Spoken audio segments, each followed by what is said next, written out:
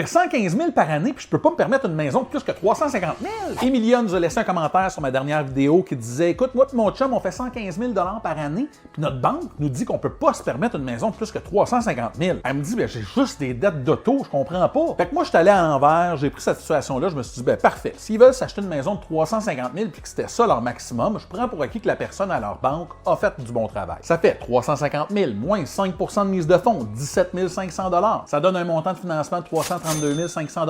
À ça s'ajoute la CHL. Un montant de 13 965. J'ai présumé que c'était des premiers acheteurs, donc j'ai mis la prime de la CHL à 4,2 % pour pouvoir mettre le tout sur un amortissement de 30 ans, évidemment. Ça me donne, avec les taux de jour, autour de 1665 de paiement par mois au niveau de la mensualité hypothécaire. Vous le savez, je dois majorer le taux de 2 % pour le stress test du gouvernement. On arrive à une mensualité de 2080 $ par mois sur laquelle les clients doivent se qualifier. Si je rajoute autour de 250 $ par mois de taxes municipales et scolaires, autour de 125 $ d'électricité, c'est pas moi qui le dis, c'est la charte qu'on a le droit d'utiliser comme courtier hypothécaire pour qualifier nos clients au niveau de l'électricité, ça donne un montant d'à peu près de 2455 $ par mois global. Moi, j'arrive à un ratio d'endettement de 25 %. On a le droit d'aller jusqu'à 44 %.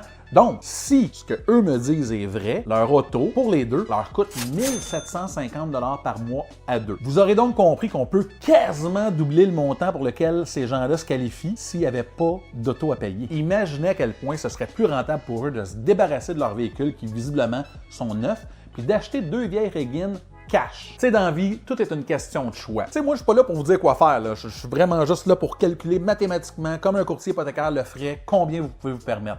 Grosso modo, si vraiment les autos coûtent 1750 $ par mois à deux, quand vous faites un salaire de 115 000 $, ben, il faut peut-être réviser un petit peu vos priorités.